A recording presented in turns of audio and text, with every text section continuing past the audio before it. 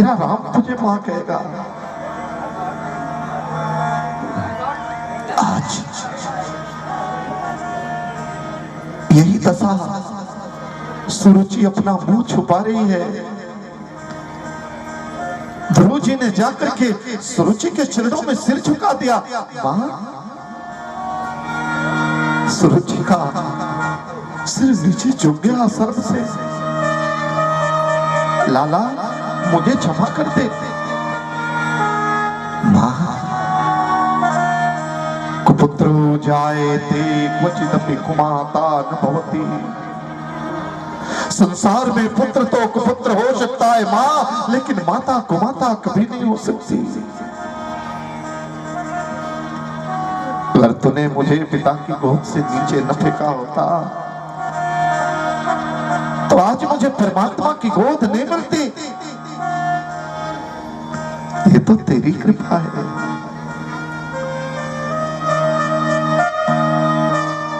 निवेदन किया काके। इसके पश्चात माता सुनीति को जाकर के प्रणाम किया। सुनीति ने सीने से लगा लिया, कहा लाला, आज तूने मेरी तपस्या धन्य कर दिया। कहा नहीं मां, ये तेरी तपस्या का फल मुझे मिला है। तपस्या तूने किया और आज तेरी तपस्या का फल मुझे प्राप्त हुआ, जो मुझे परमात्मा की गोद मिली। निवेदन किया, बहुत दिनों तक इस पृथ्वी पर शासन करने के पश्चात उत्तानपाद ध्रुव को राज्य देकर के चले गए। वानप्रस्थ हुए। ध्रुव जी शासन करने लगे। उत्तम को यक्षों ने मार दिया। ध्रुव जी ने फिर यक्षिणी सेना को दंड दिया और पुनः बहुत दिनों तक शासन करने के पश्चात भगवान के धाम से दिव्य विमान आया। काल हाथ जोड़ करके सामने खड़ा हो गया। कहा, प्रभु, मेरी सामर्थ्य नहीं कि मैं आपको हाथ लगा सकूं, लेकिन आप संत हैं, आप वैष्णव हैं, आप मेरी मर्यादा की रक्षा कीजिए। बिना छुए आप चले गए तो दुनिया कहेगी सबको तू छू पाता है, ध्रुव को तो तूने नहीं छुआ। और मेरी सामर्थ्य नहीं कि मैं आपको छू सकूं, इसलिए आप मेरे मस्तक पे अपने पांव को रख करके और भगवान के धाम को चले जाइए, ताकि मेरी भी मर्यादा रहे और आप वाली भी हो जाए। और काल के कपाल पर अपने चरणारविंद को स्थापित करते हुए ध्रुव जी बैठे जाके रथ में और निवेदन किया। भगवान के दिव्य धाम को गए। वहां जाकर के इनको अचल परमात्मा की गोद ध्रुव लोक के रूप में प्राप्त हुआ। आज भी सप्तऋषि मंडल जिसकी परिक्रमा करता है, और आज उस नन्हे से बालक ध्रुव की तपस्या, जो कि आज हम उसकी कथा का गान करते हैं, आज लाखों वर्ष बाद भी उसकी कीर्ति उजागर है, क्योंकि उसने हमारे जैसे वो भोगों के चक्कर में नहीं पड़ा, अपितु योग के चक्कर में पड़ा। और योग का मतलब जुड़ना। इस समुद्र से भटकी हुई बूंद को उस समुद्र में ले जाकर के पुनः समुद्र हो गया। ये इस बूंद का अस्तित्व है। निवेदन करूं, उत्तानपाद हम और आप सभी हैं। मनो मतलब ये मन। मन एव मनुष्याणाम बंधयो मोक्ष कारणम। मन ही मनुष्य के बंधन और मोक्ष का कारण है। और ये मन हमको बार बार इस संसार में आने को मजबूर करता है। इच्छा माया, इच्छा काया, इच्छा जग उपजाया। कह कबीर जी इच्छा विवर्जित, ताका पार न पाया। सो मन में वो इच्छाएं उत्पन्न होती हैं। इच्छाएं ही हमको पुनः जन्म लेने पर मजबूर करती हैं। यही मनु के बाद इक्ष्वाकु है, और इक्ष्वाकु के बाद उत्तानपाद, जो हम सभी उत्तानपाद हम सब हैं, जो माता के गर्भ में उल्टा लटकते हैं। प्रत्येक उत्तानपाद को दो पत्नियां मिलती हैं, सुनीति और सुरुचि। जो सुनीति को महत्व देता है उसके जीवन में दृढ़ता आती है, पुत्र के रूप में ध्रुव मिलता है। जो सुरुचि को महत्व देता है उसके जीवन में उत्तमता आती है, सौंदर्य आता है, वो समाज में उत्तम उसका जीवन माना जाता है। समय को पाकर के एक दिन उत्तम समाप्त हो जाता है, लेकिन ध्रुव की दृढ़ता कभी नहीं समाप्त होती। यही इस कथा का आध्यात्मिक पक्ष है, इसका भाव है। आइए दो बार बड़े भाव से, बड़े प्रेम से सब लोग भगवान के नाम का संकीर्तन करेंगे, फिर जैसे समय की मांग होगी वैसे कथा आगे बढ़ेगी। कुछ छोटी सी और कथाएं थोड़ी देर तक चलेंगी, आप सभी लोग संकीर्तन करेंगे, फिर छोटी मोटी कुछ और कथाएं, फिर 10 बजे तक विराम किया जाएगा। कीर्तन सब लोग करेंगे भाव से, प्रेम से।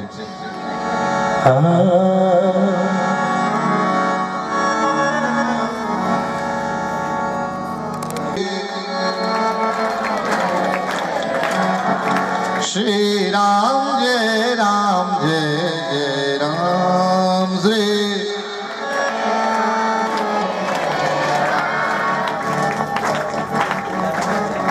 दोनों बोल तो ठीक है बोला था, क्या बात है, क्या बात है। दोनों पक्ष में बहुत दम है, हाँ, कोई किसी से कम नहीं है। श्री हनुमान जय जय श्री राम जय राम जय जय राम श्री राम श्री राम जय राम जय जय राम बोलो श्री राम जय राम जय जय राम श्री राम जय राम श्री राम जय राम जय जय राम बोलो श्री राम जय राम जय जय राम श्री राम जय राम श्री राम जय राम जय जय राम श्री राम जय राम जय जय राम श्री राम जय राम सीताराम जय सीताराम सीताराम जय सीताराम सीताराम जय राजा राम जय राजा राम राजा राम जय राजा राम राजा राम जय। अब सभी लोग कल के जैसे श्री राम जय राम जय जय राम। रोम रोम हनुमत का बोले, रोम रोम हनुमत का बोले, शंकर के डमरू से निकला, शंकर के डमरू से निकला। हम जन मिल के प्रेम से बोलो, प्रेम से बोलो, जोर से बोलो, सब जन मिल के प्रेम से बोलो, प्रेम से बोलो, जोर से बोलो। हम भी बोले तुम भी बोलो,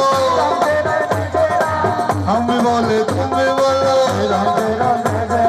नया घाट का साधु बोले, राम घाट का भंडा बोले,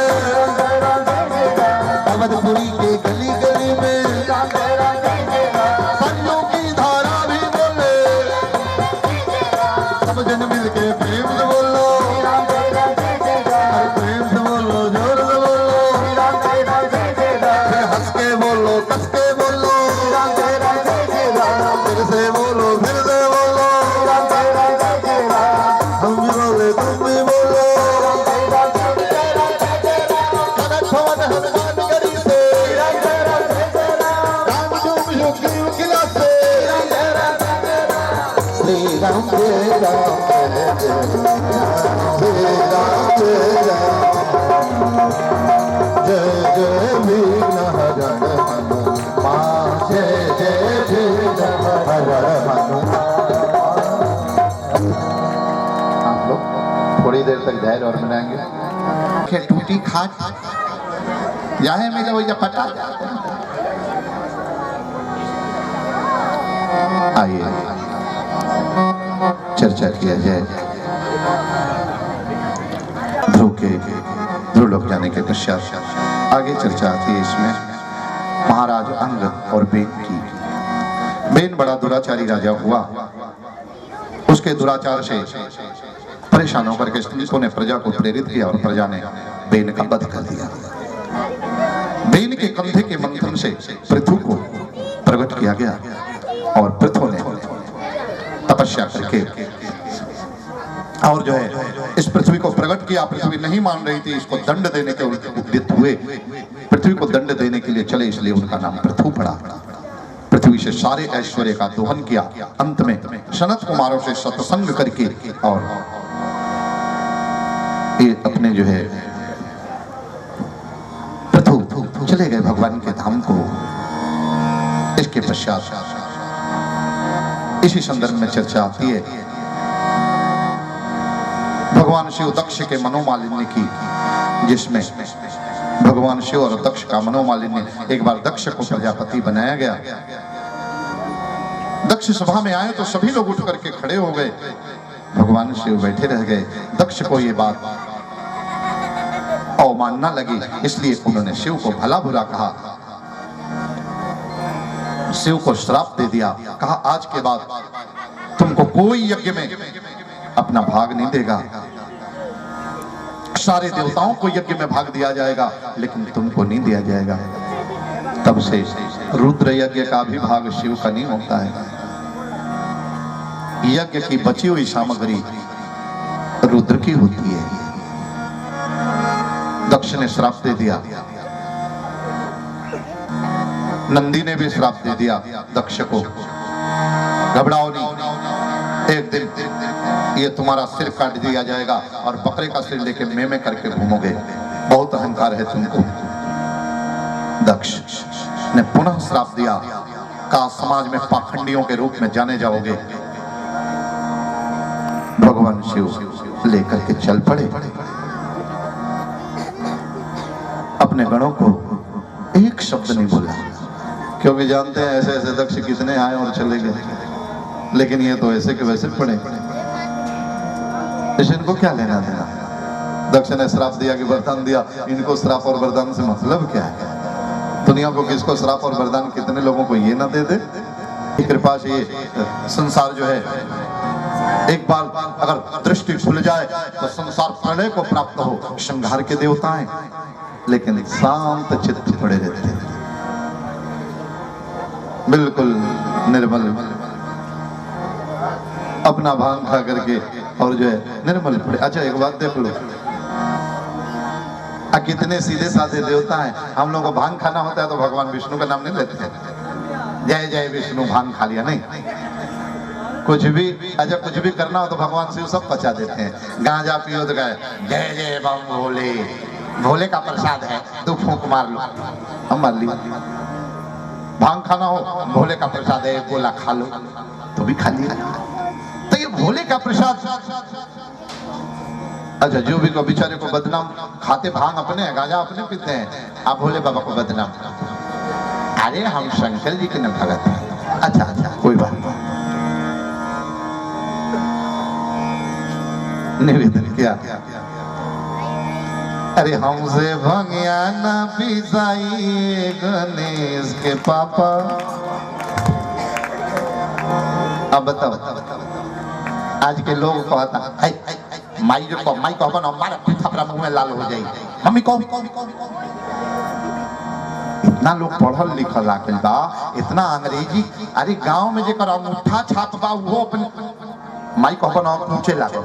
हाँ पहले कहल जात रहल कि एगो मामा मने दूगो माई होला, तो अब माइये के मामा कह देता रे सोले के तो का कहल जाला।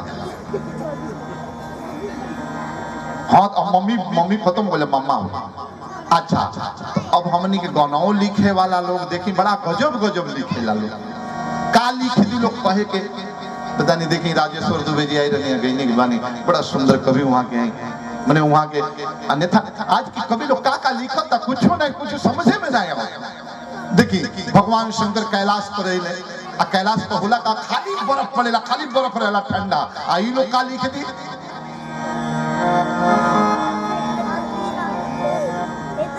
ये लोग लिखत का बा अत बीते पत्थर पर जिंदगी। अरे बेईमान पत्थर कहाँ बा, हो जा तो सब बर्फ बा। बीते पत्थर पर जिंदगी ना आराम लागता, कहिया घर बनवई बे भोला घाम। तब जाकर वो कैलाश पर्वत बजल देखो कितना घाम लागेला, वो जब बर्फे में जम जाए के पड़ी। हमनी कवि लोग लिख देता घाम लागो, बुझा तक जैसे या जेठ के घाम हो, हम कसबा सलेपुर में बैठल बनी घाम लगता। तब पूछू अब का कहल जा हमनी के देवतो पितर के जन बा वही तरह हमसे भंगिया ना पिसाइए गणेश के पापा, गणेश के बाबूजी ना। अच्छा देखिए ना पार्वती जी उस बेचारी एक हजारों वर्ष तपस्या कैली शंकर जी के पावे खाती, आ 1 मिनट में कहली हम नहीं हर जात बानी, हमसे भंगिया ना पिसाइए गणेश के पापा, नहीं हर जात बानी, दुखाला कोमल हमर कलाई गणेश।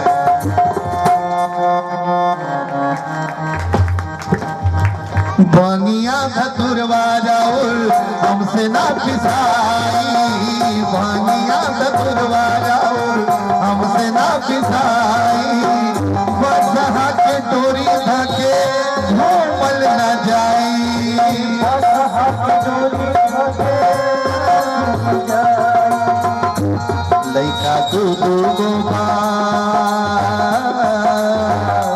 लइका दूधू गोबा छोटे छोटे गणेश के पापा, रउआ गरम हाथ बानी, लइका दूधू गोबा छोटे छोटे गणेश के पापा, रउआ गरम हाथ बानी, हमसे भंगिया ना पिसाइए गणेश के पापा, हो नहीं हर जात बानी।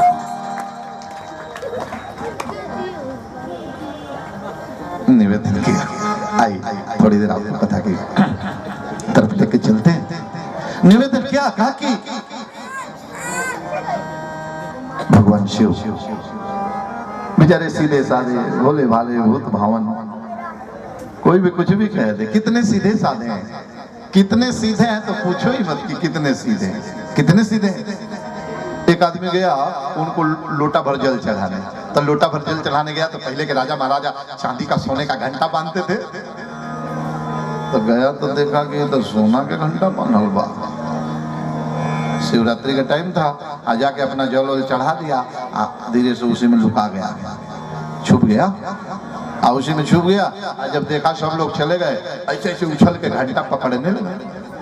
आज जब घंटा नहीं पकड़ में आया तो शंकर जी के मुड़िए पर लात रख के चढ़ गया, घंटा खोलने लगा। जो घंटा खोलने लगा तो शंकर जी प्रकट हो गए, तो कहा कि ये भाई तू के हो, खोलने में आधा आधा माटी लियल जाए, केहू से कहियो जो चुपचाप हमरा खोले, तू कहाँ लुकाई रहा हो। तो कहले जेकरी ऊपर चढ़ल बाड़े हम उहे हो, तो कहला से सरकार हमके माफ कर दी, हमें जैसे भागत रह दियो, हम नहीं चोराई। कोनी बुड़बके बाड़ा, अरे सब लोग ही जाके भांग बेल पत्थर एक लोटा पानी चढ़ा जाला, हम खुश हो जानी। देख कैसे हमार सुंदर भगत बड़े ते तो कुल देहिए चढ़ा दे ले, यही सब खुश हो गई।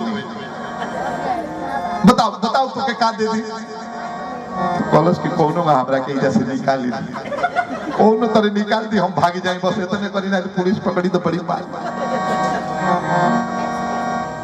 कहनी तथा वजह से बाहर आई भागी। तो इतने सीधे साधे बेचारे भूत भावन कि कोई लात भी ऊपर रख दे तो कह कि अपने शरीर समर्पित कर दिया और निवेदन किया काकी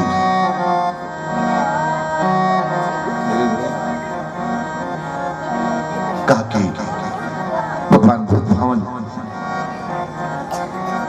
चुपचाप वहां से चले गए। दक्ष ने एक यज्ञ किया, सबको बुलाया, शिव को नहीं बुलाया, उनका अपमान करने के लिए यज्ञ किया। और शिव विश्वास के देवता हैं, जिस यज्ञ में सब कुछ हो, श्रद्धा विश्वास न हो, यज्ञ अधूरी हो जाएगी, क्योंकि श्रद्धा पर और विश्वास पर ही धर्म टिका हुआ है। देशी भाषा में कहावत कही जाती है, मानो तो देव नहीं तो पत्थर। माना तो देवता है, नहीं तो पत्थर, तो उसमें कोई दो राय नहीं है। सो निवेदन किया तो हमारे विश्वास से इस पत्थर में देवता बसता है। बहुत सारे लोगों ने इसका विरोध किया, मूर्ति पूजा का, पत्थर पूजा का, लेकिन हमारे तुलसीदास जी ने कहा जिस समय भगवान नारायण, भगवान नरसिंह प्रहलाद के लिए खंबे से प्रकट हो गए, काढ़ कृपान कृपान कहूं पितुफाल कराल बिलोकिन भागे, राम कहां सब ठाऊं है खंब में, हाँ सुनिहाक नृके हरि जागे, बैर बिदार भय विकराल कहे प्रहलाद ही सो अनुरागे, प्रीति प्रतीति बड़ी तुलसी तब ते सब वाहन भूखन लागे। कहा कि इस संसार में प्रेम बड़ा है, श्रद्धा बड़ी है, विश्वास बड़ा है, और उस श्रद्धा और विश्वास के बल पे हम पत्थर में भी अपने भगवान को देखते हैं और उसी में हमारा भगवान हमारे ऊपर कृपा करता है। सो निवेदन क्या कहा कि दक्ष ने शिव की अवमानना किया। माता सती शिव से पूछे बगैर शिव ने निवेदन किया। एक बार भगवान की कथा सुनने के लिए गए, माता सती भी साथ में गई, कथा भी नहीं सुना। जंगल में राम जी को देख करके उनकी भी परीक्षा लेने चली गई, उनकी भी अवमानना किया, और फिर भगवान शिव ने सती का त्याग कर दिया। 87,000 वर्ष की शिव ने समाधि लगाई, और जो समाधि टूटी दक्ष यज्ञ कर रहे थे, माता सती ने यज्ञ में जाने का आदेश मांगा तो शिव ने मना कर दिया। का पिता के यहाँ, भाई के यहाँ, पिता के यहाँ और गुरु के यहाँ, मित्र के यहाँ, परमात्मा के दरबार में बिना बुलाए जाए। जैसे बहुत सारे लोग सोचते होंगे हमको कथा में किसी ने नहीं बुलाया, हमको यज्ञ में किसी ने आमंत्रण नहीं दिया, तो हम क्यों जाएं? ये मंदिर सबका है, ये यज्ञ सबकी है, आपके गांव की नहीं, अपितु जन जन की है। हर जन को इसमें आकर के और सहयोग करना चाहिए, और इसमें जो है आकर के परिक्रमा करनी, क्योंकि जो भी आप करते हैं उसका लाभ आपको मिलता है। चाहे वो आप परिक्रमा करते हैं, चाहे वो आप दान करते हैं, चाहे वो आप भजन करते हैं, चाहे वो आप कीर्तन करते हैं, कि कथा जो भी आप करते हैं लाभ आपको मिलता है। इसलिए आपको ये नहीं सोचना चाहिए कि हमको न्योता मिला कि नहीं मिला, किसी ने बुलाया कि नहीं बुलाया। यहाँ तो बिना बुलाया आना चाहिए। ये परमात्मा का दरबार है, किसी का दरवाजा नहीं है कि फलाने के द्वारे पर जाए तो भगा दिया।